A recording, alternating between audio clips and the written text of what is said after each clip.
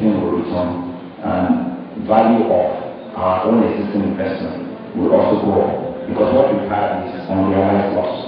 But when the market is in our interest for the market to also rebound, and if it does, of course we will reap the benefits because we are still there. One of the reasons that we are so insistent on PFAs in investing in equities is because, as has been said, we have the largest quantum of funds that can be invested and that can boost the market and bring in liquidity into the capital market.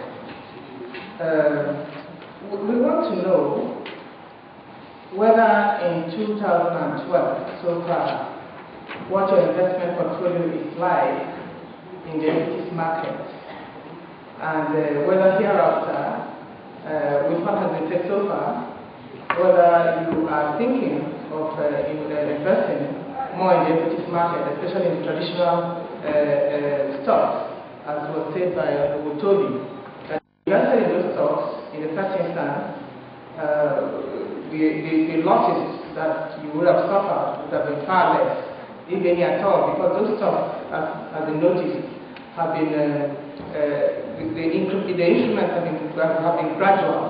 They didn't witness the bubble that we witnessed in the banking sector. So, what is your portfolio investment in 2012 like? And then, secondly, are we seeing a return of standing IPTC to investments in equities? I mean, in traditional equities. Thank you. This is one of the key areas that drive the economy of the nation.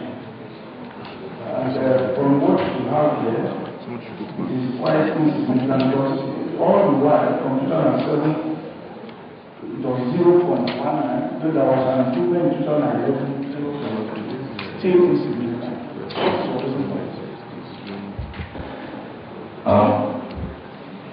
It depends on how you look at real estate.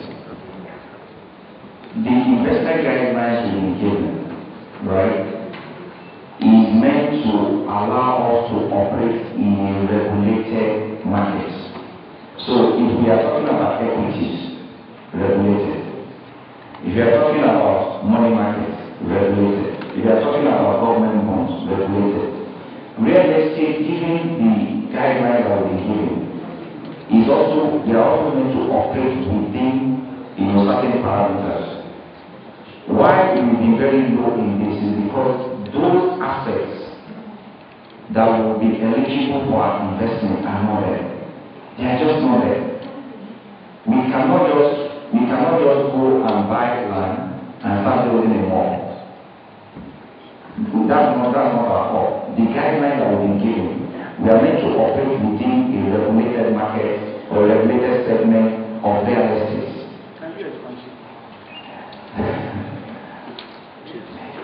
Let's just to let you know that it's a matter of time, because those who are trying to create these assets, they've been coming to us, we've been showing them the guidelines, and they are meant to go back and come back to the market with those asset classes that will fit completely into the guidelines. The guidelines are fantastic, they are very good. Right, but it's left for those who are creating the assets to make sure that those assets will fit into the guidelines. Then we can now go in there and objectively, look at those assets and invest.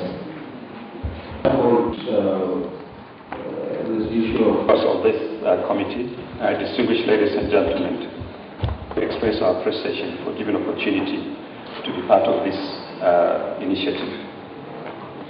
We've just circulated our brief submission to give you a rundown of what we do as a commission and the role we may play in the capital market. As we are aware, the Pension Reform Act introduced basically a mandatory contributory pension scheme with private companies to be responsible for managing these assets. As a commission, we are basically a supervisory and regulatory agencies. To date, as Ali pointed out, we have registered over 5 million Nigerians under this new scheme. There are over 180,000 private sector employers that have joined the scheme, and about 19 states are at the various stages of also joining the scheme because it's not mandatory for them. Of course, for federal government employees, virtually all of them have registered. In terms of asset accumulation, from 2006 to March this year, we've been able to accumulate about 2.6 trillion naira, which is roughly about 15 to 16 billion US dollars. The asset classification is there. The industry aggregate for investment in equities is incidentally 13%, lower than the IBTC average. Federal government securities is about 60%, the limit is 80%. States have about 4%. Then we have money market instrument has gone down drastically, it's about 11%. Corporate bonds, which is also part of the capital market, is about 3%. So in terms of portfolio structure, obviously the capital market, still the instruments are not there for us to invest. What we did as an industry was to have a regulatory philosophy that would emphasize the safety. We're doing that for a number of reasons. In this country, we've experienced banking crisis. We've also had the crisis in terms of people, finance companies, where individuals do safe and at the end of the day they lose their money. And given the hit this initiative has generated, in 2004, from 2003 to 2004, it took us almost 1 year to convince Nigerians that we need this scheme. And for that reason, we needed to build confidence. And the confidence we needed to build was to make sure that savings are safe, basically. And because, as I earlier pointed, it's a mandatory savings scheme, we needed to make sure that at least their funds are safe. So our major function is basically to supervise and regulate, while the PFS are responsible for managing the pension assets. Incidentally, the PFS do not even have access to these assets. The assets are kept in custody by pension fund custodian. Unlike in a bank, when you keep your money in a bank, you go to that bank. But the funds are not even being kept with the PFS, basically. In terms of investment instruments, as we earlier pointed out, our investments are basically in regulated market, and we want to remain in regulated market because of market valuation, market liquidity, and transparency. What have we done to date, basically, in terms of our investment regulation? As I earlier pointed out, we have basically remained consultative. There is no investment regulation which we issued unilaterally as an organization. We get feedback from the central bank, SEC, the stock exchange, and all other stakeholders, including our operators, to agree on what should be the most appropriate investment portfolio given the circumstances in this country. And it is for that reason this regulation 3 times. The last one of which is 2010, and we are doing another one today. In 2010, we introduced new investment instruments. For instance, we introduced infrastructure bonds, private equity, and also multilateral organizations like IFC if they want to raise bonds, and incidentally they intend to do that very soon. We've also increased the single obligor limit for those institutions. We've also increased the corporate bonds from 30% to 35%, and also increased the single obligor limit for those individuals. In other words, a corporate that has a double A rating, for instance, can raise up to 20% of the issue can be invested in, PFS can invest in that. As we pointed out, of course, corporate bonds investment are still low. Federal government securities are a bit high, but lower than what we used to have before. The current initiatives we have, in spite of that, we still realize that instruments are not being created. Our PFS are institutional investors. They don't develop products. Products are developed by issuers. We are long-term investors, and to that extent, we only rely on what instruments that are available in the market. And therefore, the challenge is, how do we introduce market? And what we did as a commission, and the review is still ongoing, and we still expect more comments from Nigerians, is that we want to introduce a multiple fund. What that means is that as of today, if you're a retirement savings account holder, you only have one fund. And that fund is like a unit trust fund. But we thought we could introduce 4 funds. You have an aggressive fund for the younger people who have long time to invest and to accumulate maybe 15, 20 years, up to the age of 45. They can afford to have their funds in a more floating instrument, not necessarily equity. but floating instruments. It could be another floating instrument. And for that reason, we raised the limit from 25% to 40%, hoping that at least they can, but it's a decision which they can take. And then we also have the neutral fund, that is for those who are nearing retirement. And then we have the most conservative fund, where substantial part of it, about 90%, is actually in fixed income. And this is basically for those who are about to retire or have actually retired. The fourth fund we created is the ethical fund, because that has generated a lot of controversy. There are people who believe that they don't want their funds, their contributions to be invested in certain products. And therefore we created an ethical fund, which we believe those who are interested can also invest in that. We are hoping with that arrangement, there will be more investment, particularly in floating instruments, including, of course, equity, because as of today, the only floating instruments we have in the economy, I want to believe, largely is the equity market. The Nigerian Stock Exchange has introduced exchange-traded funds. We've also allowed that. We are making recommendations that we want to comment on that, so that at least PFS can invest in that, basically. And during our discussions on Monday with the Nigerian Stock Exchange, they said they also want to bring other instruments, which we have discussed, and we said, well, we need to engage ourselves. The fact of the matter is that as an industry, we're growing. And as an industry, we have the challenges of capacity, not only as regulators, but also as institutional investors. I can give you an example. Recently, when we did our review, we said, to be a head of investment, you must have a CFA, a Chartered Financial Analyst. Okay? We realized that is not possible, because as of today, we had less than 50 CPFs in this country. In fact, we had even engaged the International Institute. They came to Nigeria, we had a meeting with them, and we said, why do Nigerians have to go to Ghana or South Africa to sit for that exams? The argument is that we don't have a charter, simply because we don't have up to 50 CPFs. So skills and capacity building is an issue that we need to develop. And we thought we can only invest in an instrument that we know and we can judge and we can measure and evaluate the risk involved. So obviously some of these instruments, as and when they're introduced, will continue to build skills and ensure that at least we have the necessary instrument being invested. What have been the issues that have been raised of recent? The fact of the matter is that, yes, we've been engaged by various stakeholders in the capital market, that as institutional investors, our PFS are not investing in equities. We've pointed out that our focus is on the capital market. And of course, equities is the most important aspect. But the fact of the matter is that we believe equities is the place to remain, but it has to be within risk management and investment guidelines of not only the industry, but individual PFS. And it's something that will continue. We also have hope and pray that the various initiatives in terms of other instruments in the capital market, the bonds and other things, would be simplified so that such that at least people can invest. For instance, we're even thinking of private placement. Okay? Can we have private placement? The fact of the matter, but the problem with private placement is that SEC cannot regulate it. Okay? Because they're not private companies. And we're trying to see, can SEC look at that provision? Because as of today, even though the central bank is trying to de-emphasize CPs and BS, basically, because that has been the avenue where corporates were borrowing and they were just renewing the instrument. We thought we could use private placement to replace that so that people can invest. But we would not allow assets to be invested in an instrument that is not regulated. So it's not going to be regulated by SEC. It will be difficult for the industry to look at that. Still coming back on investment instruments, we believe we need to have that initiative.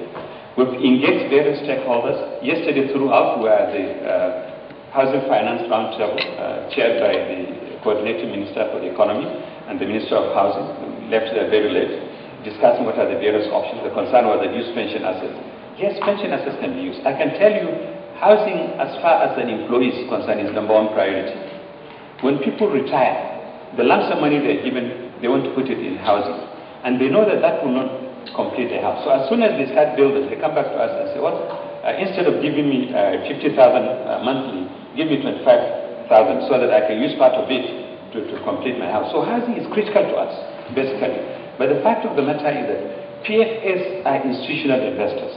PFS, they are not private developers and they cannot invest. And we needed to have instruments, because on a daily basis, this portfolio is valued. Because on a daily basis, people come in and go out. And to that extent, you need to value that instrument. So, and a number of initiatives have been discussed yesterday. We believe those initiatives, given the commitment by the honorable ministers, will get to it. But the challenge is, we have been talking a lot that we needed instruments. I'm pleased by what the Nigerian Stock Exchange is doing. Most of the initiatives they set out in 2011, they've achieved them. They've started in 2012. But the industry itself, the fact of the matter is that, unfortunately, our time horizon in this country, because we're a bank-based society, economy, or bank-based financial services industry, every investor looks at investment from the perspective of fixed deposits. Okay? In other words, I mean, they come to us and say, hey, if you had allowed us, we would have kept this money in the bank and we would have earned X percentage. Meanwhile, you are taking it to equities and other things like that. But because of the fact that we are short-term perspective and short-term expectation of returns, there is a lot of pressure. And what we are trying to do is financial literacy, financial education, that you are contributing for 35 years or 40. And in this period, you need to take a long-term perspective. All our PFS are short-term in nature, because we're operating within a short-term environment, basically. Now, there has also been an argument, should you have limits, minimum limits, instead of saying 25%, ask PFS to invest a minimum of 25%. The problem with limits is that, one, it creates a moral hazard, basically. Because of the fact that if you prescribe limit to me as an investor, as an institutional investor, whatever happens, I'm not going to take responsibility because somebody has imposed that on me. The second issue is that it can be easily abused, and you can see individuals taking due advantage of that. And as much as possible, if you want to have a balanced portfolio, and if you don't want to have what they call herd mentality, where people go to the same direction, is that you need to allow individual PFS within the framework of the various regulations to take certain initiatives. And that's why IBTC cannot disclose to you the various stocks they are investing, because that is their investment strategy. If it is disclosed, their competitors will take that, and PFS and the contributors or scheme sponsors will move to other places. So there are skills, and that's why, for instance, they seem to have a very large portfolio. So these are the issues. For us as an industry, our expectation is that we'll continue to have effective supervision, and we're pleased to know that the Securities and Exchange Commission is focused on the issue of strong supervision, and basically so that operators would appreciate and understand that this is an industry that needs to be properly regulated. Two, we also hope that unlisted companies will come to the table. This issue has been discussed, I believe, in this room and in so many other occasions. On Monday, when we discussed with the Nigerian Stock Exchange, they told us some of their initiatives. They are reaching out to indigenous oil farms that have marginal fields. Some of them do have 20 and sometimes even up to 100 barrels a day. That's a huge amount. It's exactly so. I mean, if you can get those institutions on board, then that creates additional. But the big ones, definitely it has to be a carrot and stick approach, which I believe this committee would also want to look at. Of course, the issue of BPE, those industries for which private sector should be involved, particularly those key industries, I believe these are issues that the government will need to pursue and conclude. Because the more of them, the more they come to the capital market, the better for industry. Alternative asset classes, we have private equity. We have organized about 2 or 3 seminars for directors on private equity to encourage people to come forward. Up to now, private equity is very low. We also intend to organize a sensitization seminar on the exchange-traded funds and hopefully. We've been talking about infrastructure. We've explained our positions. We've engaged ICRC. We've had discussions with the central bank that we needed instruments. We've had discussions with the banking industry. They had various initiatives as far back as August, I think, 2009. Unfortunately, up to now, there are so many other constraints that we've not been able to come forward to resolve those issues. Transaction cost, of course, is still an issue, and I believe this must have been discussed. Basically, disclosure requirement, we remain in regulated market because of disclosure requirement. And disclosure requirement emphasizes market discipline. And when you have market discipline, as a statutory regulator, your job is half solved. But beyond that is the role of the SROs. I think most of them must realize that it's a privilege to belong to a profession. It's also a privilege to realize that being part of that profession, you must abide by the rules and regulations of that profession. And if you're part of that profession, then to that extent, you'll be guided by that profession. And it is only the SROs that will know what is happening. If I have a competitor, if there's any problem, I will know. As a regulator, I get that information after the act. And therefore, their role must be clearly emphasized. They must accept that responsibility, and they must take the necessary actions to sanction their members where appropriate. On that note, distinguished committee members, ladies and gentlemen, thank you very much for the opportunity. Thank you. But if we have these regulations handy, it is our responsibility to make the laws, which will empower you to make regulations. But in a situation where we don't have these regulations, we don't know whether the law itself is being followed. There is this general mentality by Nigerians, and particularly those in the public service and civil servants too. They tend to respect the rules and regulations more than the laws. Somebody will just start quoting rules and regulations, civil service rules says this, or social regulation says this. When the law or the act supersedes the regulation, and the Constitution in turn supersedes whatever law or act will promulgate. So these are kind of fine distinctions that at least Nigerians should begin to understand. I will leave the floor to fire the first. So institutions that ought to have known the wisdom. So right now we don't have wisdom because we have remained fringe players. And then let's look at the regulations that we're talking about. I looked at page 2 of your presentation and I'm confused more. Page 2 contains the portfolio mix of pension fund assets as of 31st March 2012. And in the asset class you talked about, there is for quoted companies, your regulation said 13%. And we have a PFA that is investing 18% there. It's been admitted. For federal government securities, you say the 60%, 80% has been spoken of. And then someone has 67% in those class of assets.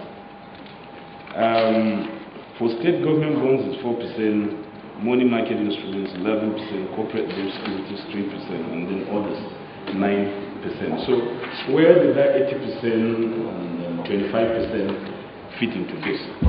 Thank you. Okay, I'll take the one after that. Thank you, Mr. Chairman. And just also by your plan, respond to the issues raised. I would suggest general class, we should be able to do that. Regulations to make copies to available to our respective committees. The 25% is maximum on equities. In other words, they cannot invest more than 25%. The 80% is the maximum on federal government securities, so that we different portfolio. We also noted these laws, the regulations are driven by laws. And as regulators, we must respect laws. Whatever we do is within that law. The law gives us powers to draw regulations. And because regulations are dynamic, obviously as and when changes occur in the market, you will play with and you will not have the opportunity to change the law. But whatever we plan to do is within that respect. Honorable Yaku Dogara said, what role did we play? Did we play the role of the whistleblower when this crisis started? Two things. First and foremost, this is an industry that just started when this crisis started. Accumulation started in 2006. In fact, PFS were registered in 2006. They were given their license to be precise February 2006. They started marketing. Most of the funds came in 2007. Within 1 year, the crisis blew out. Basically, that is the issue. But I can tell you that as institutional investors, they are silent investors. And that would have explained why, even though 60% of the equities were held in bank stocks, they were able to manage. And as regulators, we were also cautious of the fact that we needed to move gradually. And that's why we just set a high limit.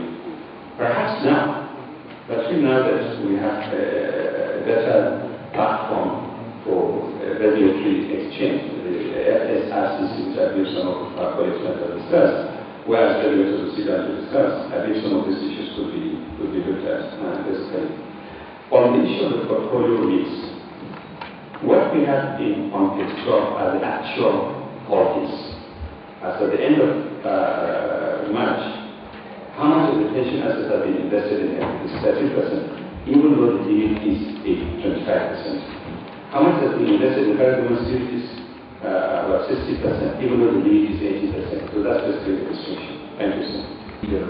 Kenya, of course, to let him realize, and I think this also should go to you as a regulator, that one of the issues that we're trying to achieve at the level of this committee is to see how we complement the efforts to have investors' confidence boosted in the capital market. And it's also clear to us that over this period of time that we know to decide here, we've seen some relative, compartmentalization of the financial system. We find the CBN come out to you and say, oh, my job is to regulate the money market, that's my own period. And you find the guys in market state say, okay, my job is this, my job is that. But we're trying to lose the essence of the financial system that we're all talking about. One thing happens, the people effect goes everywhere. And that's why everybody that is part of the matrix should be held accountable, like the author of the concept of the capital. Not the capital, but the financial system. In one breath, we're saying that we want the telcos to come back in. Some people have also profiled that NFPC and the likes, some people are talking about what the BP is going to do eventually to have people. Ultimately, what they're trying to do is to enrich the market, diversify, provide liquidity and all of that. And so, if it falls within your habits to regulate a cap of 25% that your PFAs can speak with, I think it would also be a very sharp pointer in the way of investor confidence. If you have a very, very visible and tangible presence, we said in popular, yes, we know that.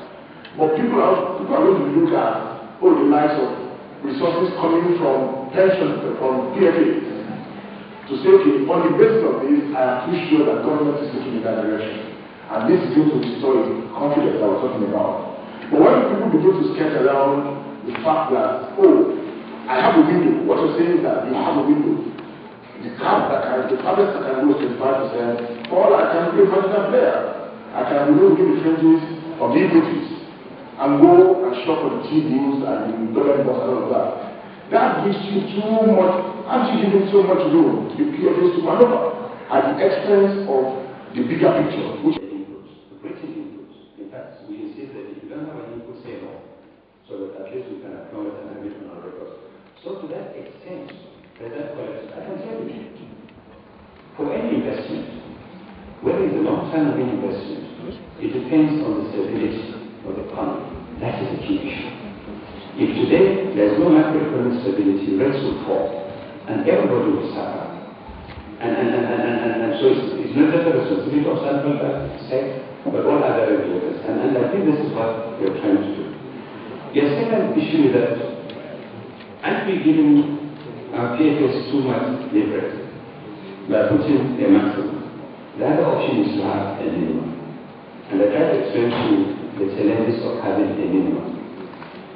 If I cannot be responsible for losses, then I cannot have the power to decide how pension assets can be invested within that specific limits.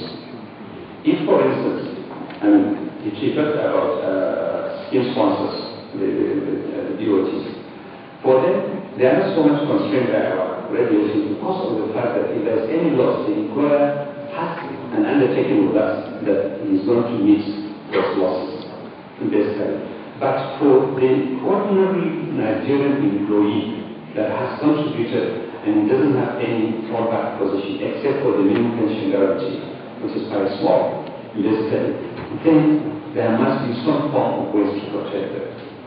So to that extent, it will be difficult for us, in fact, it will be illegal for National Pension Commission to say that IPTC, you must invest in Nigerian railways or invest in FASA. It will be illegal because the provisions of the Act says you are a regulator and a supervisor. And the Act says that pension fund administrators are supposed to manage this pension as institutional investors. And the other point is that the moment I, as a regulator, decided to give directives, I will compromise my integrity, my independence, and then I will not have the opportunity to give directives and ensure that things are done. I will keep on telling them that we will not take away that responsibility from you. Because I can tell you, we'll have people coming to us and say, sir, can you talk to the PFA to place funds in a bank? And then the corporates can be shared by us. Okay, we resisted that temptation.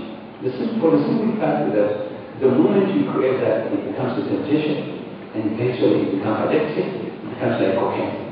But the moment you test it, it's very nice, and you must stop it. And then the PFS the industry would have been destroyed, because it is true. If I go to IBC and say, please invest in this instrument, you will invest, because he doesn't have a regulator, and usually what they say, you don't have the regulator. So we have clearly pointed out that we don't want to get involved in that. And we told them that they should resist that.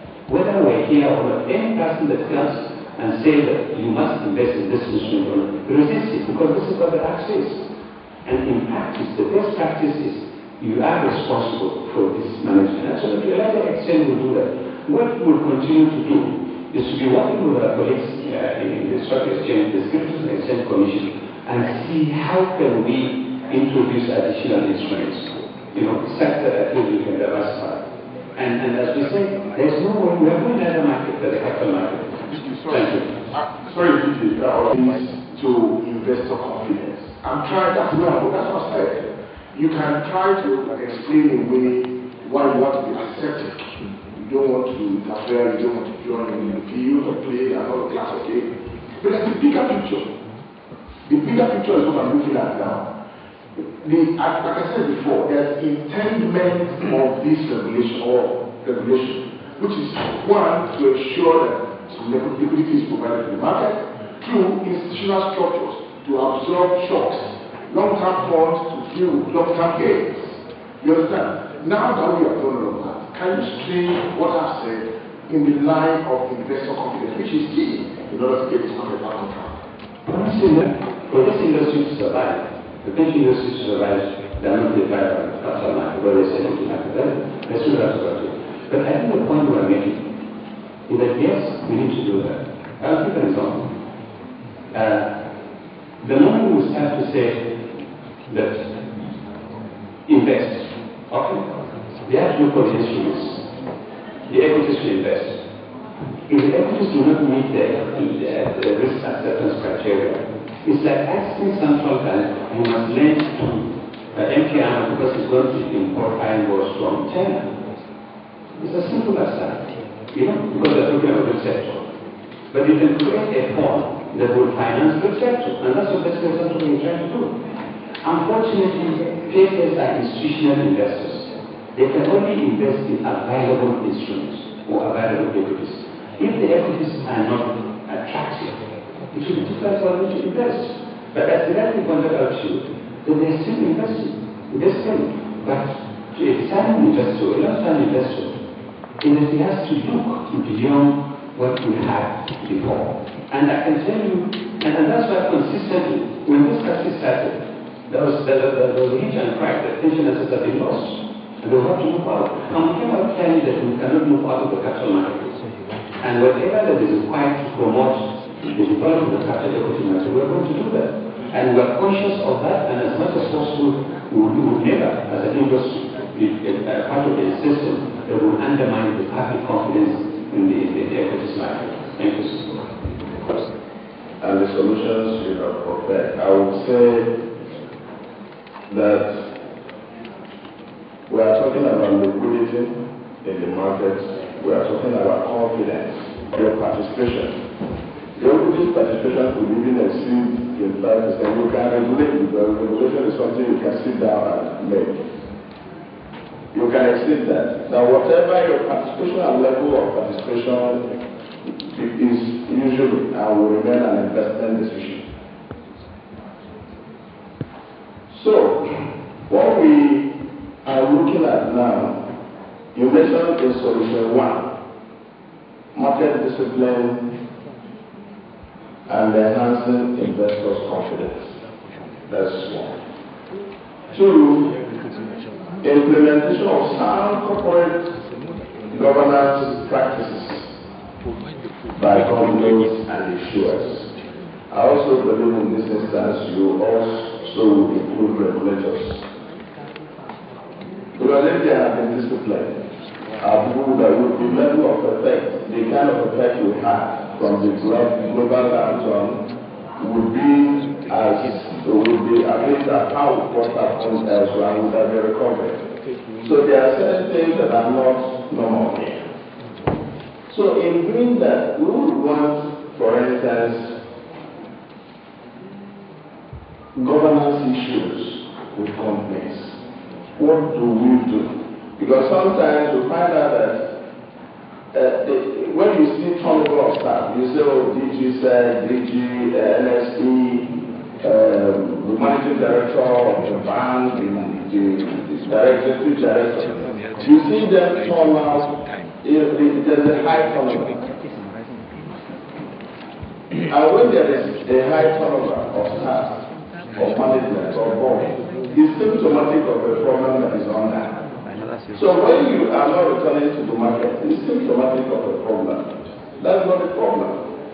So we would want you as somebody, and because I will consider you as an index on the days on governance issues and how we can tackle such problems so that we can have some level of stability. As we are experiencing, even in manufacturing companies, that usually face the vagaries of infrastructural deficit, they have problems, all manner of problems. They still make profit and people still on their stocks. As against these other ones that have, very few challenges. Thank you. Okay.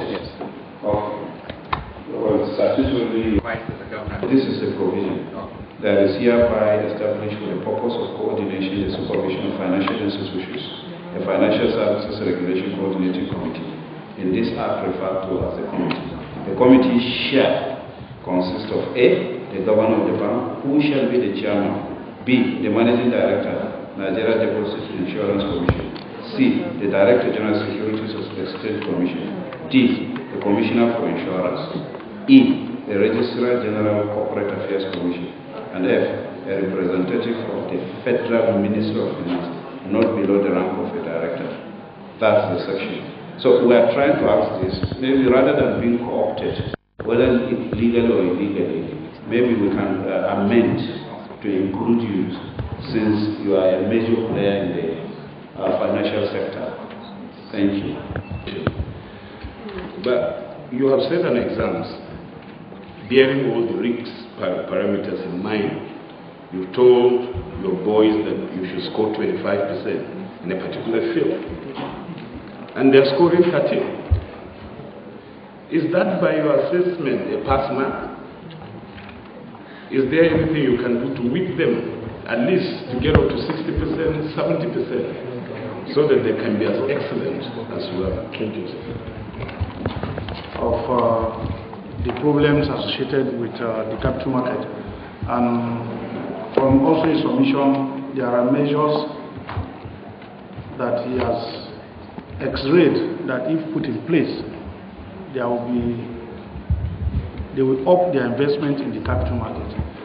Chairman, other than x-raying, analyzing all these situations and recommending measures, I want to know exactly what you have done by way of personal contact by way of discussions with the key players in the capital market, particularly the NSE and the stockbrokers, to see how we're able to bring into play some of these issues we want properly addressed, so that we can have confidence in the market, thereby even generating public confidence in the capital market.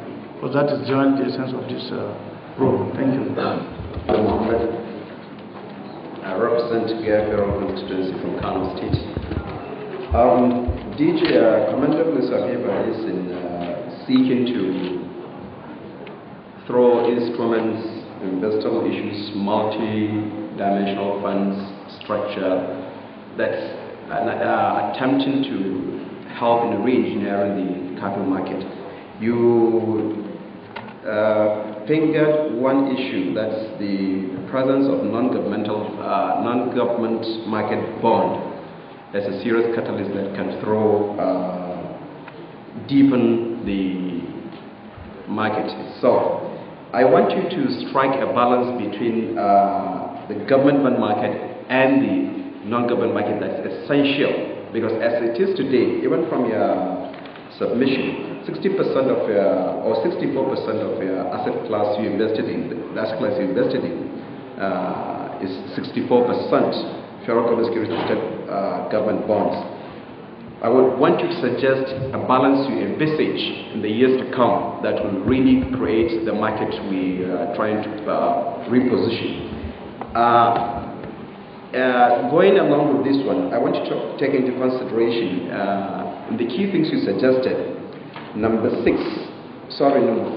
the key expectations of your organization.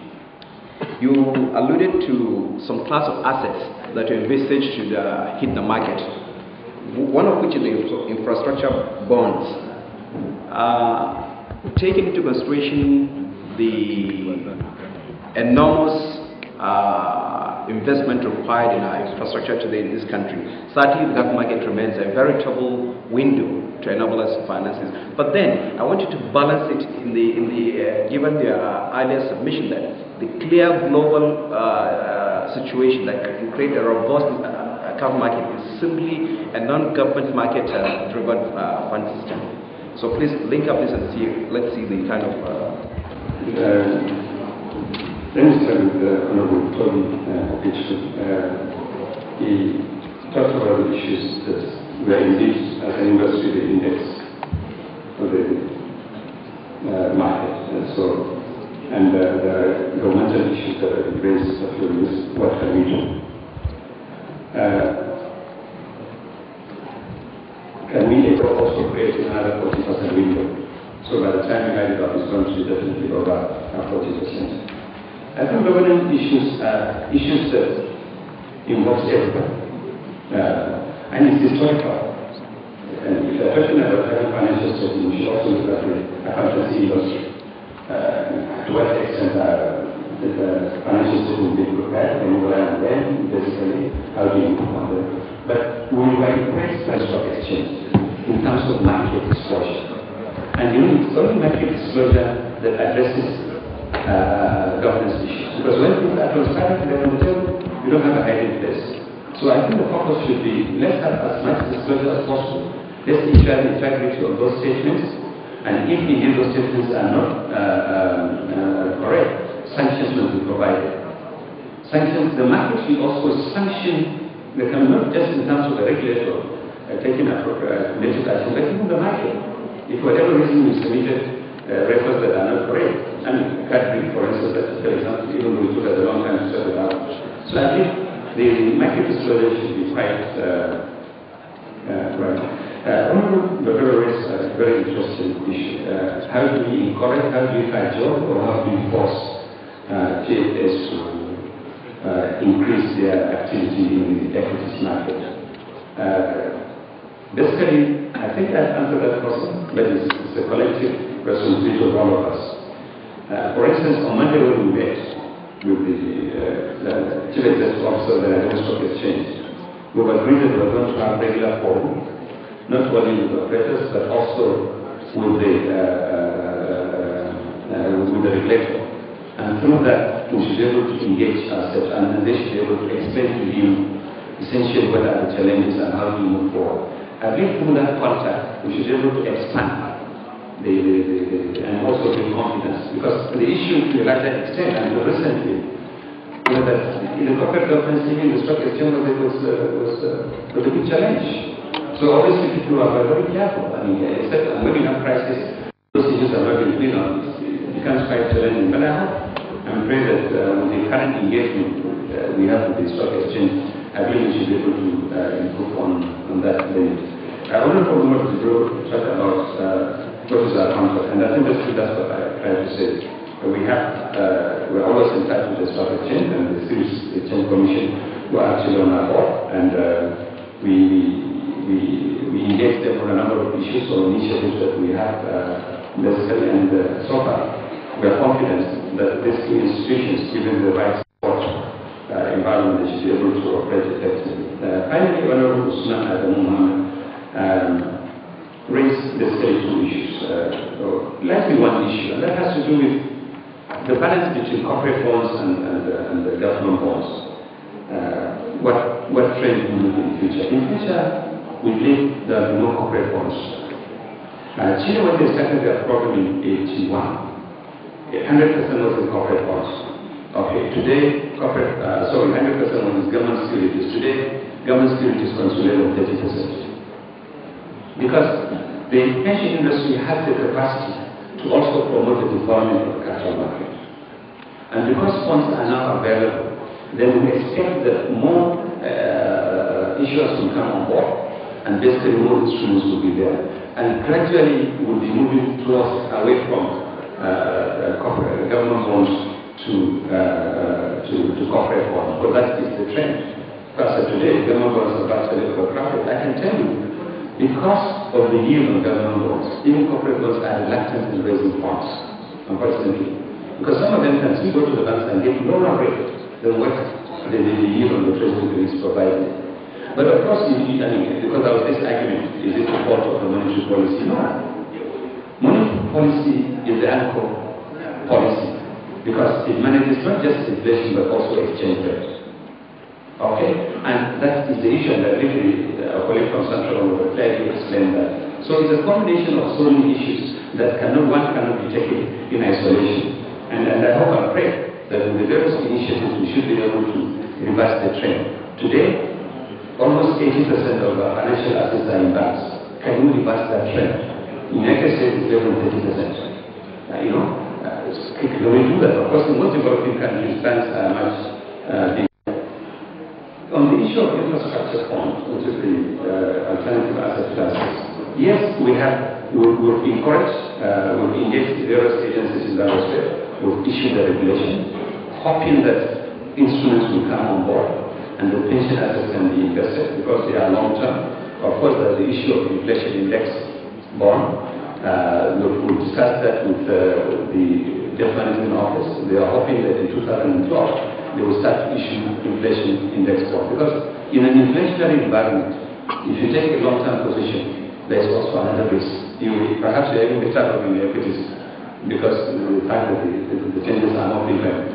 Then when you lock yourself off and then you get hit by inflation. So, Mr. Chairman, I hope and pray that I've been able to answer some of these questions. And once again, thank you very much. God bless.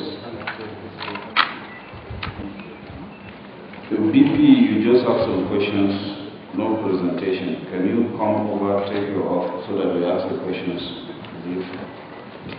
Of this committee, what we needed to know is a bit simple. Your organization has privatized government businesses in the past, and most of these businesses are not quoted in the stock market. In the course of presentations by various stakeholders, even I think the DG Pencom too talked about it, that we have to find a way of reining those organizations that are outside there to be quoted in the capital market. And there's a statement in today's day, federal government to compel telecoms firms to list on the Nigeria Stock Exchange. So we want to find out whether, by virtue of all the commercial papers, agreements, contracts we entered into, is it possible for these companies to be compelled to be quoted on the stock exchange? Or are there things we can do, either as a matter of policy or legislation, to ensure that they are quoted? One other question. Committee for giving us the opportunity to listen to everything that's been said yesterday and also to contribute.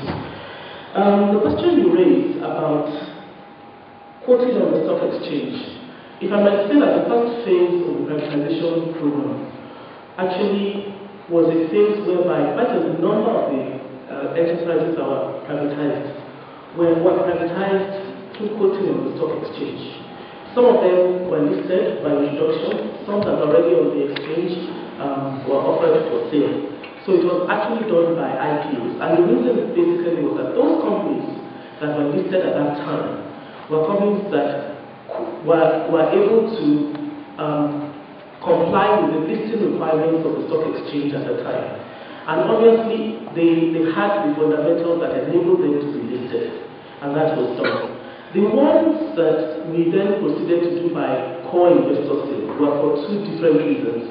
One was the fact that when the public listing was done in some instances, core investors emerged, I can say, by the back door. In other words, we had no way to test their competencies and their abilities. They just emerged out of the trading process. And then secondly, those companies also that we decided to do core investor sale, we needed to have investors who had both the technical and the financial clout that would enable those companies come out of the financial rut that they were in. So that's the second phase was a core investor sale because of that reason. The first phase, we actually had quite a number of the companies that were listed, the banks, the oil marketing companies, cement companies, all of those were quoted and they were listed on the stock exchange. But the ones that were not listed are the ones that were not being well run and needed a co-investor that would actually invest a lot of money and technical skills to enable them to run. And then we needed also to be sure that the co-investor that emerged had the abilities to do so. And the only way we could do that was by doing a serious evaluation of their capabilities and competencies. So now, I think the other question that you asked was whether they can be compelled. The way I look at it is that what we've done in the past is that we make provisions in our share purchase agreement.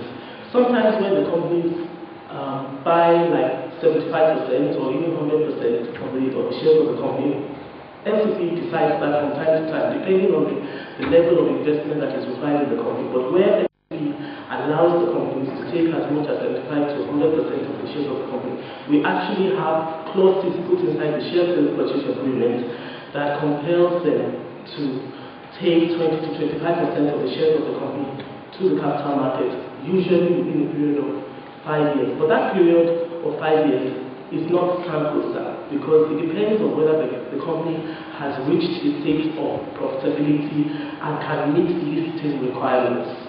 So we've done that in some instances. In other instances, what can be done is that if the company has not taken that large amount of shares and the federal government still holds on to like maybe 49%, federal government also makes a commitment that within a certain number of years, once the company is profitable, federal government will download some of its shares to the public. So for instance, in the case of a company like let me say, hotel, for instance. The National Housing Hotel is an example of where the federal government has like 49% and wants to take some of the shares to the public. So that's another example whereby the companies can be taken to the capital market. I also want to say that in an attempt to consider the necessity to actually deepen the capital market, a committee was actually set up where SEC and other industry players were involved to basically look at the ways in which it can be done. And one of the incentives we found was that in some instances you can actually maybe, but in some countries it has been done. Countries like Kenya, for instance, where a company can be encouraged to list in the capital market if, for instance, corporate tax is reduced. So if you're supposed to be paying 25% corporate tax or 40% corporate, they might reduce it to 20% for about 5 years as an incentive to encourage you to list your company on the capital market. Thank you. What role have you got to do on what happened in the capital market? Talking about telecommunication companies, you know they are the giants, and we're facing some crisis in our economy one way or the other. Now, for most Nigerians, we don't know what is going on. We hear that they make a lot of profit. So if that is the case, how do we rein them in to help solve the crisis we're facing in an economy where they're taking a lot of money? Because they are not quoted, there are a whole gamut of laws and rules dealing with financial disclosures that they don't do. So it's like they are operating nocturnally in our economy and taking profits that no one knows, or it's just matters of speculation. So if there are specific things you have signed with them in the past that will prevent them from getting listed on the exchange, we want to know. But if you haven't done that, we now know that yes, they are compelling. That was why I said, is there anything that you need some kind of intervention, either as a matter of policy, then we know that it's executive business. If it's a matter of law, we know that it is our business, and we can now recommend to the larger house that this is what we need to do as in form of legislative intervention to be able to get these companies to list. Now, going forward, the other companies you are unbundling in the power sector, in some other sectors, what steps will you take to ensure that as they come on stream, they hit the ground running on the stock exchange? These are the basic things as far as I'm concerned. Thank you. Licenses were issued to them. That's the way it was done. And this was the process that was carried out by the regulator, that's NCC. So it will depend, for instance, on the terms of their licenses. I don't believe that those conditions were put in their licenses for telecoms companies, and that is why in discussing them, what I said was that ways in which can be encouraged by incentive. People have actually talked about the possibility of legislation. I guess that's a possibility as well. But I believe that an incentive-based regulation would be better if perhaps, like what was done in places like Kenya, Thailand, Indonesia, this is what was done in those kind of countries by reducing the corporate taxes that they had to pay and encouraging them to list. That might, I believe, have a more encouraging effect than because this was not part of the license conditions for those companies. For the electricity companies that are yes. I mean, ranging 5 to 10 years on tax holiday, yet they could not come good in any way for Nigerians. Not only that, even if you take the tariff regime they exercised all the years past, if of recent, was way out what obtains in jurisdictions they are operating outside Nigeria. So we must come good. You are one of the key operators, knowledgeable Nigerians. We must come good with other ways and means to get them, because we've enticed them enough. Probably the regulations, the enforcement or compliance is weak, or political will is not there. I think there's something there, because already they've enjoyed what you have been advocating, yet they are not doing much tariff-wise or listing-wise. I do recognize that. I think until competition kicks in, and competition has actually kicked in terms of bringing prices down, but a lot still needs to be done in that regard. As I said, there are different ways of looking at it. The incentives that were given to them were given for specific purposes because they were startups. They were new companies coming into the market and they needed to be encouraged. The environment in which they operated was not very conducive. Many of them had to have generators in each of the their stations. And these are some of the cost elements that they probably would not have to deal with in other parts of the world. And I believe that this is the reason why those first few years of incentives were put in place. But I believe also that if the incentives are targeted, and they know that because a lot of these companies are actually listed on foreign stock exchange. We know that because as part of the discussions that we had in this committee, we looked at the oil companies, we looked at the telecoms companies, and we found that many of them are actually listed on stock exchanges outside Nigeria. So we need to find out why it is that they haven't considered Nigeria a positive destination for visiting. Well, the environment is, I believe, one of the issues. There must be other issues. And then, of course, I think regulation needs to be stronger. That's part of it. But the environment in which they operate is obviously one of the reasons why they haven't felt incentive to, because money goes where it is welcome, I believe, but the regulation must be also very strong and stringent. So that's what I believe. For the electricity companies, I believe that with these ones particularly, what needs to be done is, for instance, that again we should ensure that we have clauses in our shareholders agreement and in our share sale purchase agreement that actually compels this sort of deferred offer. The challenge that we have had with regard to the electricity companies is that initially we wanted to offer, for instance, the distribution companies, we wanted to offer 70% to the co-investor, and then the 30% was going to be held by a combination of the federal government, the state government, and the workers. However, the state governments, because of the investments that they have made in their state, have actually pushed for a larger shareholding. So we had to reduce the amount that the co-investors could take from 70% to 60%. So what we need to now do is try to find a balance. The objective always at that time, when we had 70-30, was that the portion of it that is held by the federal government, which would have been about between 80 to 20%, would have been taken to the capital market. That was the objective. So rather than force the investor to go, the federal government will take the portion that it has kept to the capital market. And I believe that for this transaction, that would be the way to go. And that is the way the share sale purchase agreement. Security Printing and Minting Company.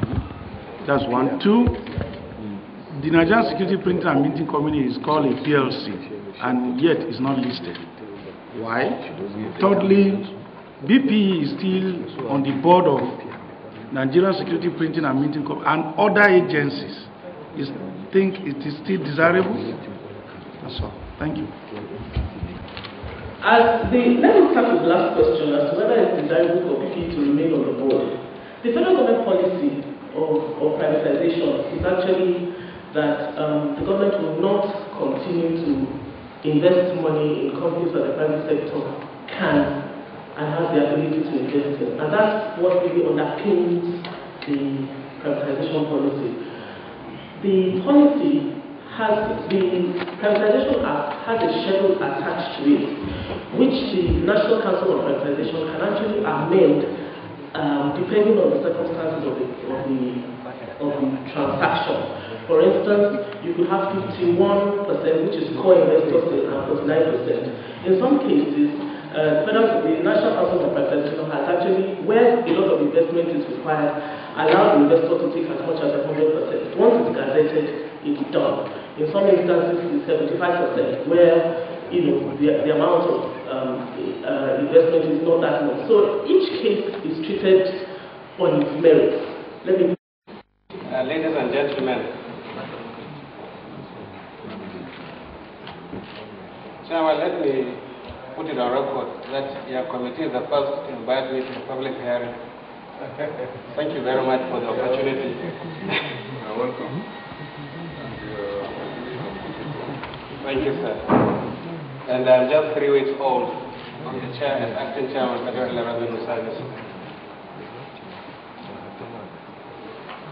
As the committee may be aware, the mandate of the Federal Revenue Service is as provided under the Emirates Establishment Act 2007, where the main functions of the service are to assess, collect, account for, and enforce the payment of taxes due to the federal government and carry out oversight functions over all taxes and levies accruable to the federal government. Following from the above, Mr. Chairman, the service does not have direct input with respect to the causes or otherwise of the near collapse of the Nigerian capital market. The service, however, exercises oversight on the tax issues relating to operations in the capital market. In this regard, Section 57 of the Capital Gains Tax Act, Laws of the Federation of Nigeria 2004, requires that every company operating in the Nigerian Stock Exchange as capital market operator shall not later than 7 days after the end of each calendar month file with the board or any relevant tax authority a return in the prescribed form of its transaction during the preceding calendar month. The returns are expected to include the following details: 1. Services rendered. 2. Amount of tax withheld. And 3. Amount of value-added tax deducted and remitted. There are currently about 218 registered stockbrokers operating on the Nigerian Stock Exchange, which are registered with the FRS and whose compliance with the above requirement is regularly monitored. It is not in doubt that the decline in capital market operations has negatively impacted tax collection from the affected companies. The service will therefore support any initiatives, such as this hearing, which are aimed at improving capital operations, given that the sector is a major contributor to tax revenue. The above represents the FRS input to the committee for the purpose of this public hearing. Should you ever require additional information, I will be glad to provide same. While I wish the committee's fruitful deliberation, please accept the assurance of my highest regards as always. Thank you, sir.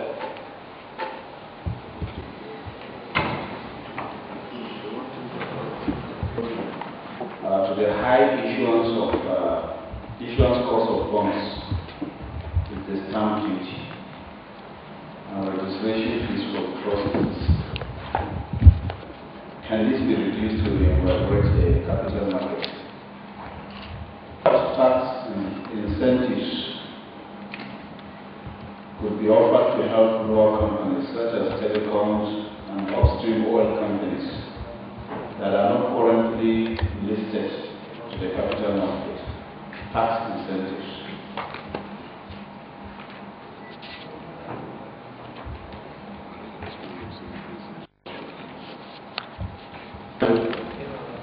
I have my director who is in charge of the department to respond to the answers. You have two directors? No, yes. Only himself? Yes. Okay. Can you please put this one off so that you can answer the question? Ajayi Julius Bamidele. Do solemnly swear. Do solemnly swear. That the evidence I shall give. That evidence I shall give. Before this committee. Before this committee. Shall be the truth. Shall be the truth. The whole truth. The whole truth. And nothing but the truth. And nothing but the truth. So help me God. So help me God. The issue of high cost of stamp duty, can it be reduced? The stamp duty is an act of parliament. And it can only be amended. The tax rates are something that are not subject to regulation. And recently, the National Assembly has passed that all rates of taxes should be can only be varied by national by National Assembly. Therefore, the power to reduce or moderate it is at your disposal, sir. Then, what are the incentives that are granted to telecommunication? Just like it was mentioned while the BP that DG was making presentation, the telecommunication industry was granted pioneer status for 5 years. All the operators in that industry, they enjoy pioneer status, and they are just coming out of the pioneer status. Therefore, start to think of another incentives again for them that is going to be holistic. I think it's something that we should be a little bit careful about, in the sense that tax incentives in most cases is like appropriating before the fund is even generated. Therefore, it is advisable and it's been suggested that the issue of incentives to a particular sector is something that we will advise. Not that it cannot be, it should not be granted if it is reasonably required. But if at all it's going to be granted, it should be tied to a particular issues, like, okay, if this is granted, so much employment should be generated, so much should be put in the capital market. I think these are the areas that we will appreciate such incentives being considered. And that happened in South Africa. You know, after 3 years, you should automatically be permanent and pay. Ventilate their grievances. Those are some of the things. It's best. You have the first class or whatever, the engineering, utilize, you know, the MOUs we will make with these companies and the leverages we give them. Anyway, thank you. Can you say there that, you know, in the past by regulation, the tax rates can be varied by the Minister of Finance, but by the Act of Parliament, it was amended that it's only the National Assembly that can fix the tax rate. FRS cannot sit down and fix the tax rate by regulation. Of that regime where there's nothing fixed. It's because the passage of law will inform what tax rate to charge. Just for example, when the issue, what led to this was when the VAT rate was increased by regulation. Sometimes it go from 5% to 10%, and there was outcry. Came back to the National Assembly, and an act was passed for it that going forward, every tax rate should be fixed by National Assembly. The second aspect of the question that the chairman asked, you know, the telecoms and the oil majors, virtually most stakeholders have said that getting them to list on the exchange will be deepening the market, the capital market, and of course, and bringing in liquidity. As you bring in liquidity and you deepen the market, of course, you are adding to the overall growth of the economy. So that portends well for the Nigerian economy and for Nigerians in general.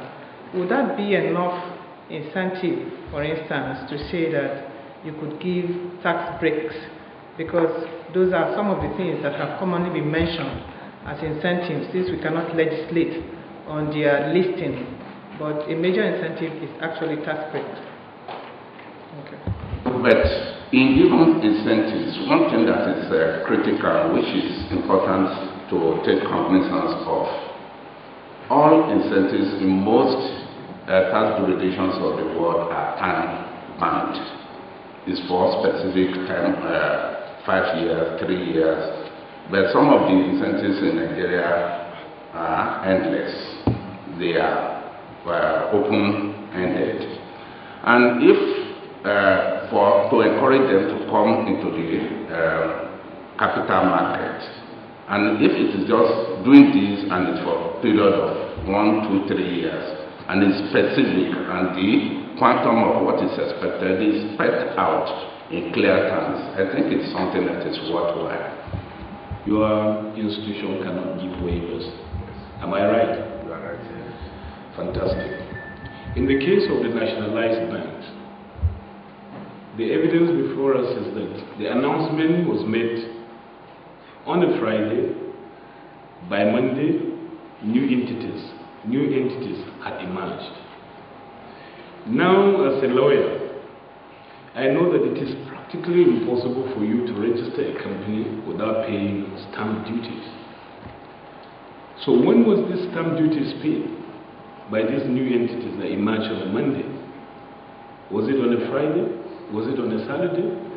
Was it on a Sunday? Are your offices opened between Saturday and Sunday? Or is it possible for anybody seeking to incorporate a registered company with share capital without paying stamp duties? Or was it the case that because of the urgent national need to take over those institutions, the requirement for them to pay stamp duties was waived? Because we need to get at the bottom of this.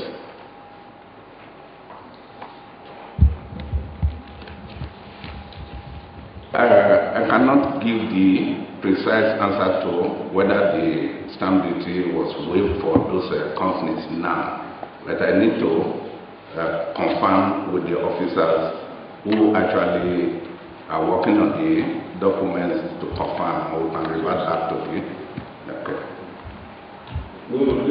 You did tell us that waiver now belongs to Parliament. As a parliamentarian, I know that we have not given waivers.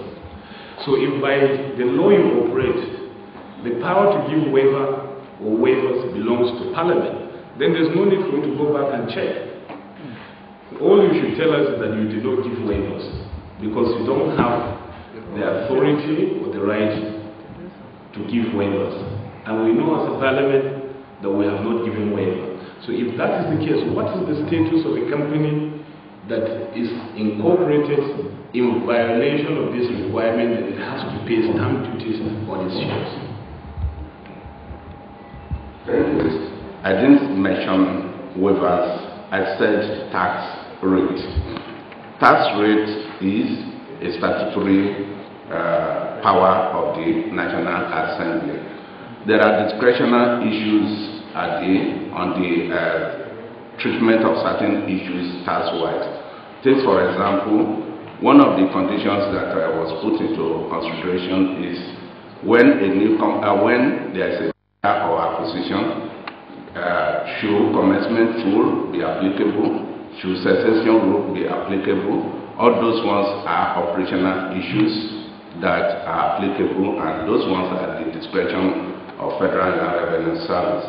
But on the issue of waiver, there could be considerations where the minister could consider and approve waiver. But like I said, on this particular one, I cannot say precisely what is the position.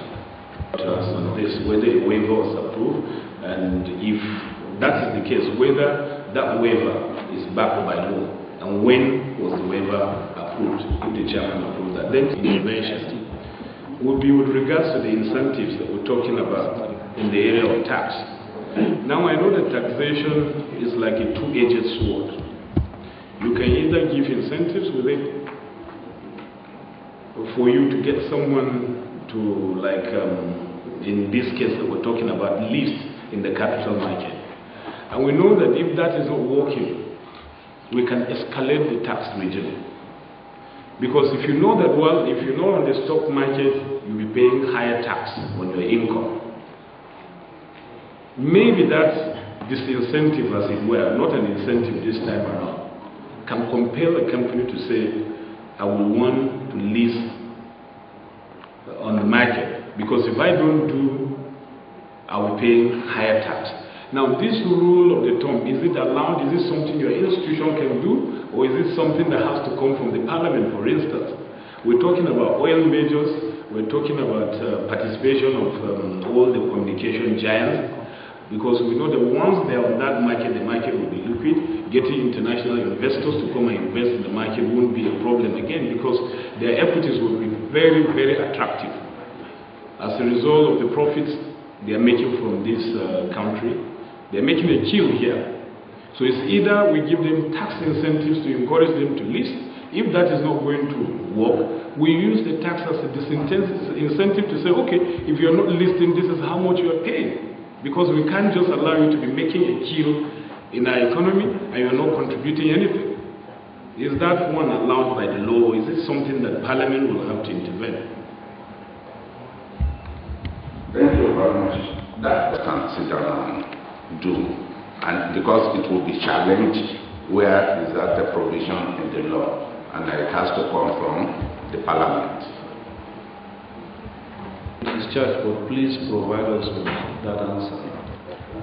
It has been ordered that you should bring it, because we know most of your charges are tabulated under our laws, just like the Corporate Affairs Commission. We know that once we go no way back, because it is fixed and determinable. So we want to know where we derive the power to jettison that within a weekend. Or if it has been paid, let us have evidence of payment, please. That the evidence I shall give before this committee shall be the truth, the whole truth, and nothing but the truth. So help me God. So help me God. For humility, the Chief Registrar of the Investment and Securities Tribunal, as I stated earlier, in my capacity as Chief Registrar, I wish to raise a disclaimer at this point that what will be stated before this eminent gathering does not represent the mind and views of the bench of the IST or of the tribunal. Rather, it is with respect the report of the research unit of the tribunal working in conjunction with the Chief Registrar. The reason for this disclaimer, or this stance, or this line of action are as follows. One, the tribunal is with respect, is not a regulatory body in the capital market. The tribunal is the adjudicator in the capital market. The tribunal is specialized and a civil court for all purposes. Therefore, it is vital to point out that adjudicatory and or judicial ethics and tradition forbids the adjudicator to make comments that better its jurisdiction. Yeah, you said what you are saying is not, then there is no need to tell us here. It is the position that this public hearing is very crucial. That does not represent the views of our judges, because our judges, by virtue of the traditions of the bench, the judges speak through their judgment, and the judgment of the court itself is supposed to be mystified, and we are here before stakeholders. If we are making any representation now affecting SEC, affecting any of the stakeholders who are already litigants in our court. Some are litigants already, some are likely going to be litigants. So it is important that the bench be removed from this submission that we are going to make. I am making it as the Chief Registrar in conjunction with the research team of the tribunal, but it is not a reflection of the mind of the judges of the tribunal. So that we don't the jurisdiction of the tribunal. We are not talking about the judges. And when you say tribunal, the CR represents the tribunal. It might not necessarily be the opinion of the judges.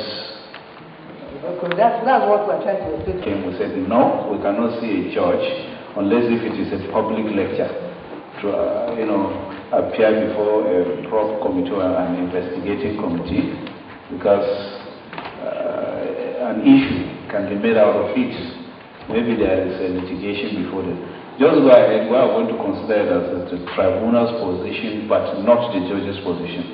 Thank you. Yes, sir. The tribunal must exercise restraint in making comments that better its jurisdiction as a court. The tribunal also recognizes that this laudable, timely, and very vital public hearing is devised to rescue the capital market from collapse is such that calls for contributions from both the citizens and the stakeholders alike.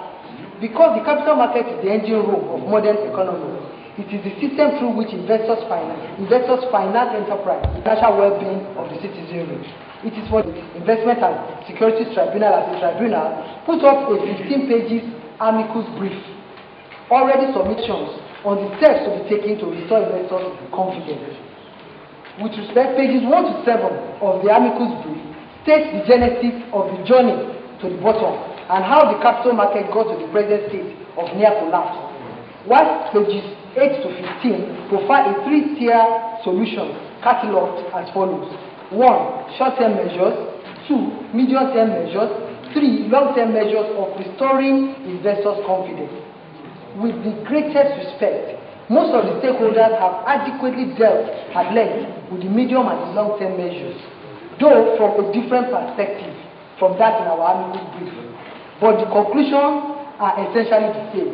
I will therefore simply provide the short-term measures and other issues for the consideration of this eminent gathering. Short-term measures towards restoring investors' confidence. It is agreed and in no hurry to return to the market. The most affected investors, small cap investors, who collectively are the critical mass for any capital market. They lost their savings in the crisis. It follows therefore that a short-term measure must, while addressing the causes of investors' apathy to the capital market, provide a shock-absorbing strategy for these small cap investors as well as other investors. As a short-term measure, it is proposed as follows. 1. The establishment of a nationwide Investors Protection Fund, the NIPF, and the activation of the Nigeria Stock Exchange Investor Protection Fund, the IPF.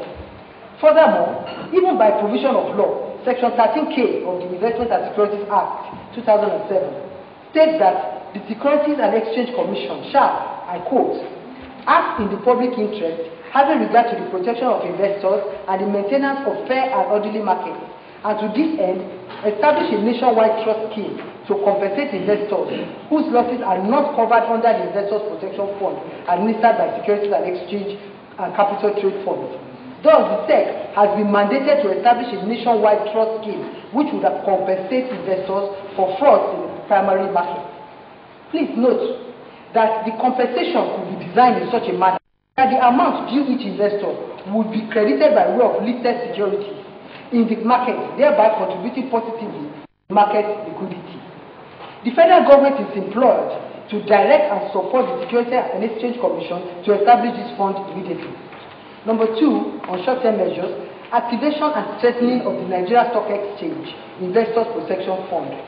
Part 14, Section 197 to 221 of the Investment and Securities Act 2007 mandates the stock exchange like the Nigeria Stock Exchange to establish and administer the Investors Protection Fund, the IPF. Its objectives in Section 198, the provision of law, is as follows. The objectives of an Investors Protection Fund shall be to compensate investors who suffer pecuniary loss arising from A. The insolvency, bankruptcy, or negligence of a dealing member firm of a securities exchange or capital trade fund. B. Defalcation committed by a dealing member firm or any of its directors, officers, employees, or representatives in relation to securities, money, or any property entrusted to or received or deemed received by the dealing member firm in the course of its business as a capital market operator by Securities and Exchange like the Nigeria Stock Exchange.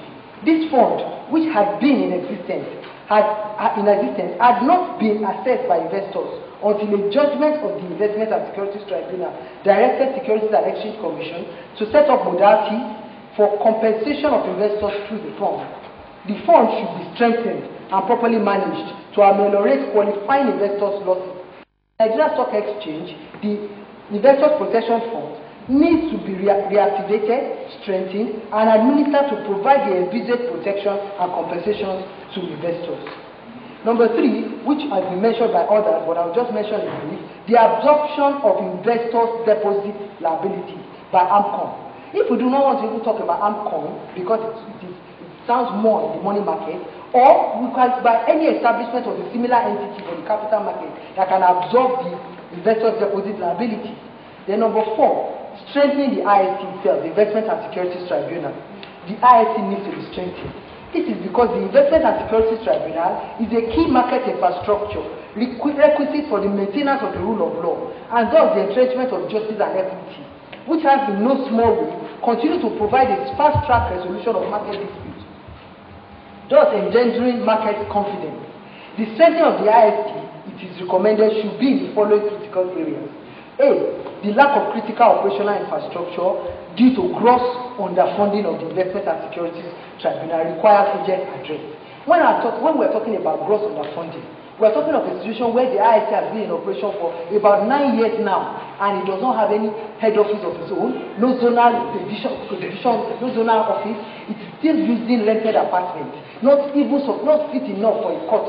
The environment is not sufficiently fit for a court. Even if we're not, even the gross underfunding also stands in the fact that it does not have adequate for purposes of public enlightenment.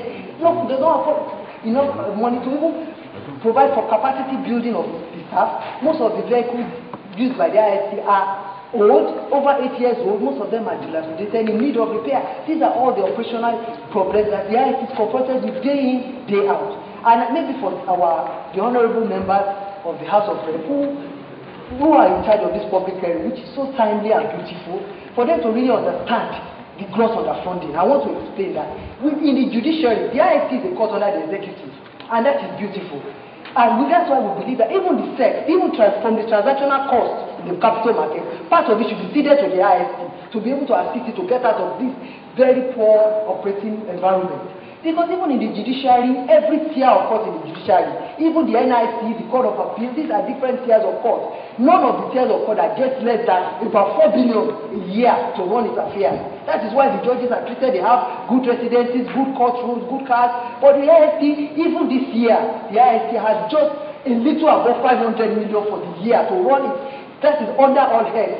That is under both its capital, its overhead, its personnel. And how is the IST going to be able to bring out the price, to be able to even inspire investors' confidence?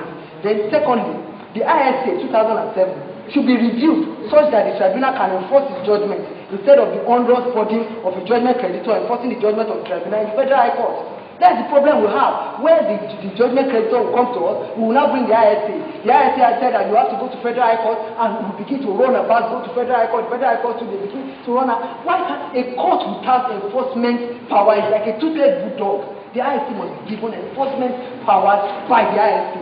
Then C, in addition, the Investment and Securities Tribunal's jurisdiction needs to be expanded to that provided for in the repealed IST 1999, wherein the tribunal had both original and appellate jurisdiction in all disputes in the capital market. This will ensure that no classes of investors or transactions are excluded from benefiting from its operations. Then D, the IST should be listed expressly in the Constitution, just like was done with the NIC. Because even though in the IST, it is stated that the IST is the superior court of record, but it is not listed expressly in the Constitution, and it can become a problem at any time. The express listing makes the IST a court that we can be proud of in the capital market. And then lastly, with the utmost respect, we prefer that the implementation of these measures stated above will adequately address the lapses that precipitated the crisis and provide some reasonable measure of confidence and comfort to investors, enough to encourage their participation in the capital market again. Thank you for listening. I think that bureaucratic bottlenecks and repetition will prevent you from doing certain things, and funding is one of it, because the executive, if they feel, they may not release those funds. But if you are under judiciary, your budget is fixed, it is determinable, and it will be released at the appropriate time. That's number one. Number two, when you talk of NIC is under judiciary. So it is, as of now, we are not a court of record, although you have almost the same jurisdiction with the Federal High Court. That is the powers you have with the Federal High Court, because from here your decisions can be appealed to in the Court of Appeal. So you are almost in the same pedestal. So if you are a court of record recognized by the Constitution, don't you think it is better to be moved to the judiciary? And you have a terminal point. Judges particularly, the members and the chairman, after 4 or 5 years, they have to be, their tenure has been to be renewed. That is one aspect.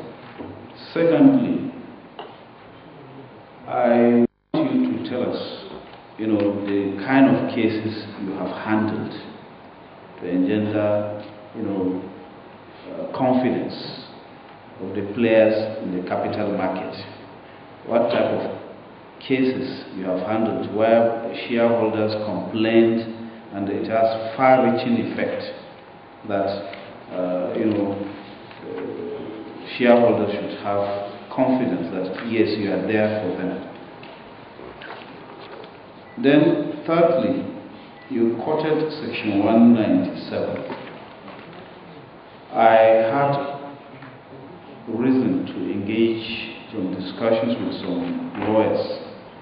Their own idea of the Investor Protection Fund is where there are infractions by some of the players, the operators, not generally where a shareholder loses his money as a result of the market forces, like what is happening in the bridge banks and others. But when there is an infraction by either a broker or whoever, that is where these funds can be used. Is there any decision from the court or from the tribunal that interprets it differently? These are some of the questions. And equally, what has been your role in PENCOM cases? Because we know the PENCOM Act confers you with jurisdiction to handle these cases. And then what is your ADR section doing? How effective is it? The alternative dispute resolution, we learned that you have about 4 or 5 of them spread all over. How effective are they? What do you think it is better? Whether it is better for the IIT to be under the executive or to be under the judiciary? The issue has been canvassed extensively, and we'll be looking at the pros and cons on both sides. But even right now, we are still under the executive. Ordinarily, if we are under the judiciary, definitely we will have maybe a bigger budget, we'll be able to even acquire so many things with ease, like building cars, because it's allowed easily under the judiciary, as against the executive where you have to seek for waiver and all that, for even the presidency. But again, the idea of the IIT may be defeated if we move to the judiciary, because the IIT was created as a way to fast-track the cases of the capital market.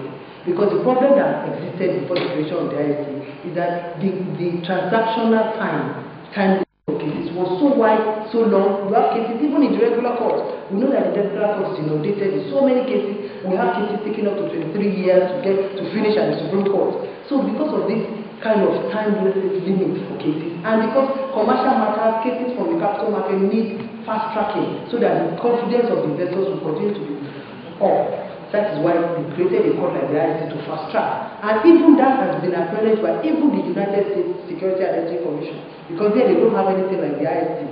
What they have is just the APC that you have here at the SEC. They have their own administrative procedure in the SEC. So they continue to come. Whenever they are in Nigeria, they come to us to want to know more about the creation of this fast track court, because after the APC in the US, they proceed to the regular court there. I think that was before 2007. After the coming of ISA 2007, that is not the case, because cases drag for 2-3 years, because they have to go to SEC first before. That is why we are one of the. It is not the case in Portland SEC. Yeah, that is why one of the things we asked for in our setting the IST, we said we wanted a reversion to the position under the 1999 Act, because we too were not happy about that scenario. So we are aware, that's why we want this August body to assist us, because you have the powers too. So now on the other question, the IIT is not a court of law. The IIT, what was the issue of the tenure? And although he's still talking generally about the judiciary, whether moving to the judiciary or staying in the executive, while the debate is still going on and we're looking at the pros and cons, the fact remains that we are still under the executive and we were created for the purpose of fast-tracking the system. Now and again, since we are specially created for the capital market, we are also looking at a way that we can be funded from the market. If we are funded from the transactional cost of the market, even just a percentage of it, that has been proposed, even SEC is not opposed to it, all the stakeholders are already in agreement and it's been proposed. If that is done, there will be adequate funding to put the IST on the right track to be able to acquire the necessary infrastructure for it to function effectively as a court.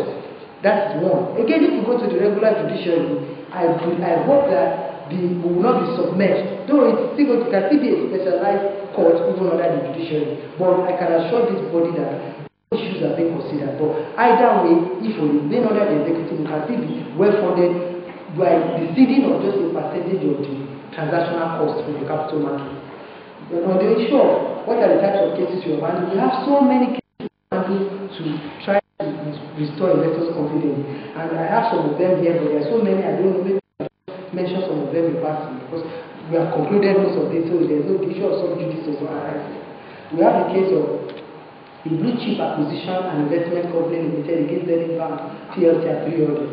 In that particular case, the tribunal condemned the prevalent practice of dispatching share certificates through ordinary or bulk post at a gate registered name provided for in the offer document. The facts of the case are stated and all some of the things the tribunal queries that are against ethical practice in the capital market are stated there. There are other cases, so many other cases. We have CSCS Limited and another against Popular Investment Limited and 5 others. The tribunal sent a strong statement across to manufacturers operators. In this case, the respondents introduced to show how the tribunal came to speak against infringement in the market. We have Chief Revenues against Nigeria Stock Exchange and another. Here, there was a misappropriation of clients' investment, and the tribunal held as follows. A. The respondents were directed to compensate the applicant from the Investors Protection Fund in accordance with the provisions of Part 12 of IAT 1999. B. That the applicant be paid from the Investors Protection Fund with 6 months when he became aware of defalcation. C. That the Nigeria Stock Exchange, in collaboration with the Securities and Exchange Commission, are to draw up and make public within 90 days necessary guidelines for the implementation of the Investment Protection Fund in line with Section 159 and 160 of the IAT 1999. We have so many of the cases here. Maybe we'll submit a list of the cases where we have really tried to ensure that some of these issues are looked into. Then what has been your role in PENCOM cases?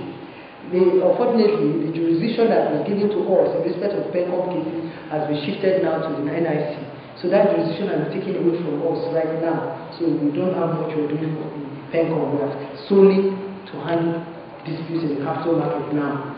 As for the ADR, our ADR section is now under the LSD. We have a section called the Legal Services Division. There's a unit there that handles our ADR. But what we're trying to do now to sustain the ADR, we're now trying to establish a full department for the purpose of ADR. So we want to move it away from being a unit under the LSD to be a department of its own.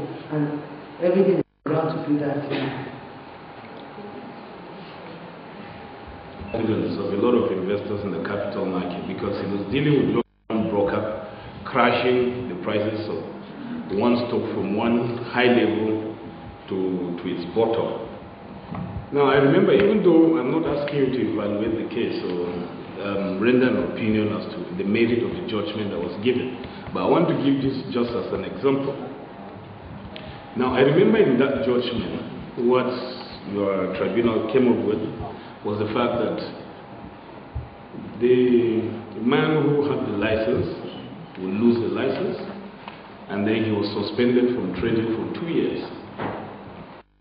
So I think if someone who is guilty of very grievous offense in the market that has even caused confidence in the market to plummet is made to escape with just a slap on his wrist, how would that bring back the level of confidence that we're talking about? Are these issues that you're looking at? Are these matters that bother the tribunal? Maybe because we are in court. Because even with taking donations, the court must be careful of what it does so that it doesn't get fettered. I can give you an example of an attempt at such a thing that also shook us. The SEC wanted to assist us to acquire the head office. So they gave a donation of about 500 million through the ministry. Because of course as a court we cannot have any dealings with SEC or any of the stakeholders directly. So that our judgment cannot be in any way compromised or better or be fair. Because justice must not only be fair, it must be manifestly seen to be done. So because of that, we don't have any dealings with them, but the Ministry of Finance brokered it, and then the SEC released the 500 million to assist us to acquire that office. But at the end of the day, they had to send the thing for the approval of the presidential approval, and at the effect, it was stated that we cannot accept it, that it is not accepted, that it is not proper, and the thing was returned back. So things like that, even these donations, the law is there, but because we are a court, we have to be careful, because we donation and then the next day the person is a litigant in your court, it becomes a problem. So we don't really go looking for donations. We want to be very careful about that. Then on the issue of the case that the honorable member stated, I just wish to say that the IST by provision of law is a superior court, and the judgment from the IST lies to the Court of Appeal. And if I begin to analyze that case with respect, I may be sitting in judgment of that decision, which power only lies with the Court of Appeal. So I will plead with all respect and spare that function.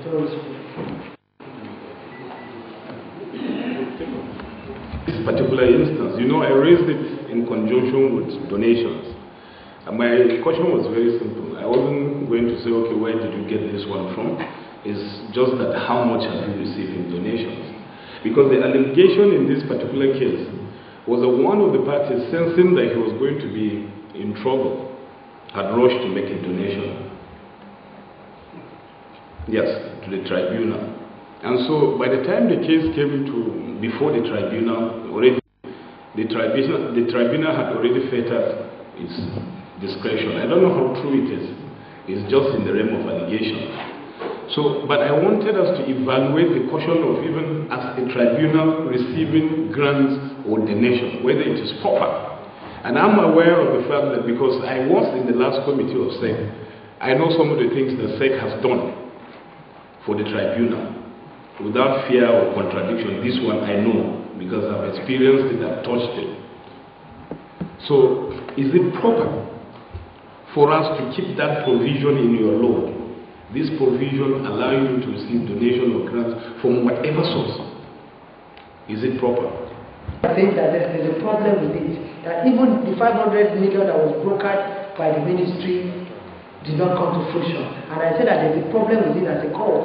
As a court, we cannot be seen to take, because it can affect the jurisdiction, and it can, in fact, you don't know who is going to be your next litigant. So for me, I think it's a provision that needs to be reviewed, if possible removed.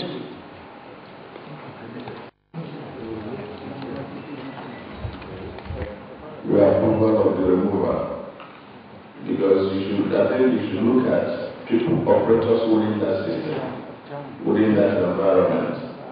I do not think you will reject books if they are given by foreign donors, or if they are grants by way of assistance for people who are not operating in the environment, who don't for any reason come to you. So I think you may have to qualify that. I think the word review might be better. Made effort to ensure that this part of the law is activated. Then secondly, you cited the case of failed public offer by all states trust fund. The beauty of this system is that we are not looking for anybody to indict, or we are looking to indict elements or factors that are militated against the market pricing again. So if you have some facts within your domain, it's good to share it. And then if there are submissions to be made, because you see, we want to look at the tribunal, use it as a basis by the preponderance and nature of cases that pass through it, to make an assessment towards legislation of certain things that could be corrected. Because the only way you can say otherwise, it is me said and you said. The only way we can get to the facts or to issues that are actually holding the market down is by looking at the things that are passed through or the tribunal has made decisions on. They completely extract the elements that are at play in the sector. If they say they are bubbles, you are just saying they are bubbles. But there are issues that will concern bubbles that the court has made decisions on. So I would like to share with you some of these things. So please, if that will not put you into trouble, can you? The World Bank.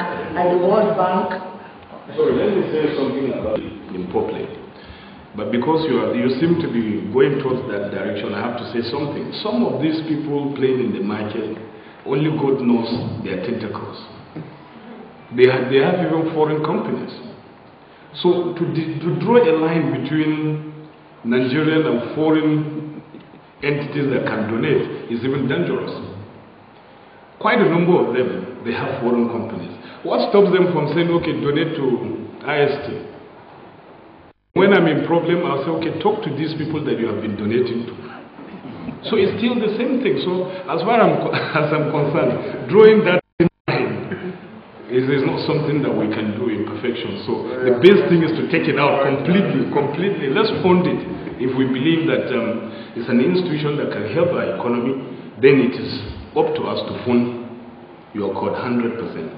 Even this issue of the IST who go to the judiciary is something that we need to look at, because the way we are, it's like a parastatal, it's a code that should have a big stature. It's one of its kind in West Africa. Even people are studying it. Come from outside and just study it. It should have a price. It should be something that is emasculated. If we have to go to the judiciary and specialize courts, tier of court in the judiciary, it is better, so that everybody will be so independent will be there and the court will be able to perform much better. But while we are going to still remain under the executive, the transaction, they should see the part of the transactional cost was to be able to even function properly.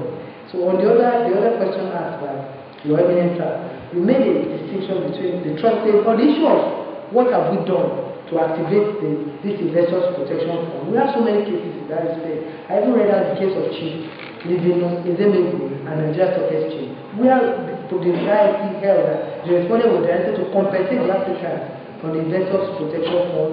We have so many cases. We are going to supply the investors protection fund. The other one. You made a decision. There is the one that is section 13K. There is also the that's what we said with respect that we noted there that the federal government should assist SEC and even the Nigeria Stock Exchange to activate, because the law is there. If the law is there, it's a matter of all necessary assistance being given to them to activate it. So, and even from the discussion we had with one or two of the representatives of SEC today, they say they are already working at trying to activate some of these things that are in their law already. No, I'm not comfortable with the word assist. They should fund ISC. Why should we establish an organ and they cannot fund it? We're talking about the... No, just put off your mic. You know this scheme that is outside Investors Protection Fund is a kind of money that takes care of some exigencies. But the Investor Protection Fund deals with maybe error, mistakes, or some kind of mischief from stockbrokers and all that, to which they already donate funds. You are aware of that. Not donate, they pay annually. What I am saying, as a player in the field, have you made any effort to ensure that this is done? And if you have you thought about ways through which this fund could be raised? I think what's wide trust scheme, and that the federal government is employed to direct and support the sector to establish this fund immediately. That's our own recommendation here at this forum. And we spoke with SEC today, and they said that they are working at getting it on, activating it, and establishing and activating it. That's our own. Where in your own mind do you think the fund could come from? The money? Is it by levies, by donations, or by what? Okay, maybe I will just call up the director talks one of our directors is there, and one of the experts in the capital market to come and go answer that. By way of legislation, for me to get adequate funding for the IST. I could recall in the last house there was an amendment that I wanted in respect of the said act, and I think something was done, but along the way we couldn't stay through the last house. But with the recent development, it is very difficult now to get that through, because even the acts empowering most of these MDAs to spend part of their money are already being eroded by the National Assembly. They are contradictory to the Constitution, the position of the Constitution of the country. Now, having said that, and if you add to the fact that you prefer from your submission to remain within the executive arm of government, you don't want to go to judiciary. Obviously, judiciary is richer than the arm of executive that you belong to. I don't know what you think can be done to raise your financial status. What I mean is that the amendment you are seeking may not even hold water, because the SEC itself is being compelled now to submit everything they earn to the national coffers, and you don't want to go to the the judiciary. So what is the way forward to be better placed to meet your challenges? If we are going to really be able to feature as a court properly there, we are just talking about our being in the executive right now, because we have made a lot of overtures, maneuvers, taking steps to find different kind of arguments for proper funding of our courts. Even like you said, sir, even bodies have been set up to look into it. Even recently, a bill has been proposed for the IST, where it was even being canvassed that part of the transactional cost of transactions be paid about maybe some 5% or even less be paid to us. I think the IST get out of this gross underfunding. But even if this whole thing would be solved by us going to the judiciary, because definitely if you're in the judiciary, your independence is so clear, you are feature properly, you're not in a rented apartment, you don't have to be going cap in hand to the Ministry of Finance all the time to amend things for you. It is much better for us. We are taking on that path. If this honorable and eminent body, ad hoc committee can assist us to go to the judiciary, we will be very happy, because we will be able to dispense our role effectively and properly. We will be most grateful. I, Nelson Ubede Omanibe, do solemnly swear that the evidence I shall give before this committee shall be the truth, the whole truth, and nothing but the truth. So help me God. And members of the committee, all protocols observed, please. The issue, I understand clearly, is first of all, an initial question on the distinction between the NICF proposed and the IPF. The Investors Protection Fund has been in existence even before I started trading in 1990 or so. And it has been held in the stock exchange even before the laws were made for an IPF to be available. What the ISC has done by its judgment is to say, go ahead, you have this fund, activate it, make rules for which people can use the fund, because without those rules you can't apply the fund. It is sitting down there and they can't get to it. So it is also for defalcation and other activities that are not wholesome in the market, and people need to be compensated when somebody has done something wrong.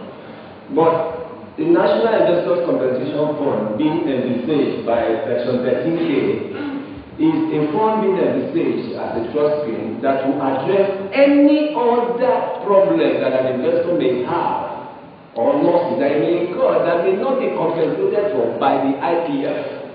So, thank God the law is broad and it allows, therefore, to deal with everything that you think is a problem that needs to be done. The difference now is that in this particular case, this trust scheme is not in existence by the fact, at least to the best of my knowledge. by the fact that it is not, has not been established, because the law says SEC should establish it. And so what we are saying here is that the SEC should be supported to establish that fund. Now, the question the Honorable asked is, where exactly do we think money for this should come from? Now, if you look at the contributions made by people from the market in terms of the fees, transactional fees, secondary market fees, capital market fees, listing fees, listing fees, security registration fees with the SEC, and merger fees and all that. These are being probably the operational budget of the SEC itself.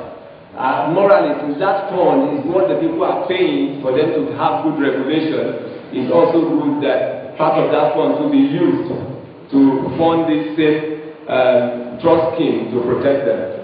In addition, you will take sufficient insurance, indemnity, and cover, such that if the fund gets to a situation whereby a loss has occurred that is beyond its capacity of its fund, at least it has insurance that will cover to a particular extent. And of course, you have to make regulations for this fund in such a manner that it is not entirely open-ended, because it is the responsibility of every investor to take note of the investments that he's making and to realize that risk is part of the market.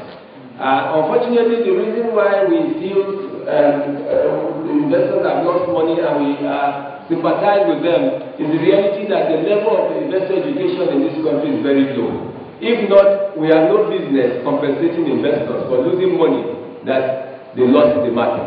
But because of the low level of market enlightenment that our people have, some people feel that giving money to a stockbroker to buy shares, they think it is the same as giving money to a bank to keep for you. So they don't know the difference. Because when they make profit, we were not here to discuss their profit. When an investor makes profit, he never comes back and says he needs compensation. But in a market where people are in the developing market like ours, it is very, very important that one will enlighten our people and also put schemes in place to protect them as much as possible. So, and then also make the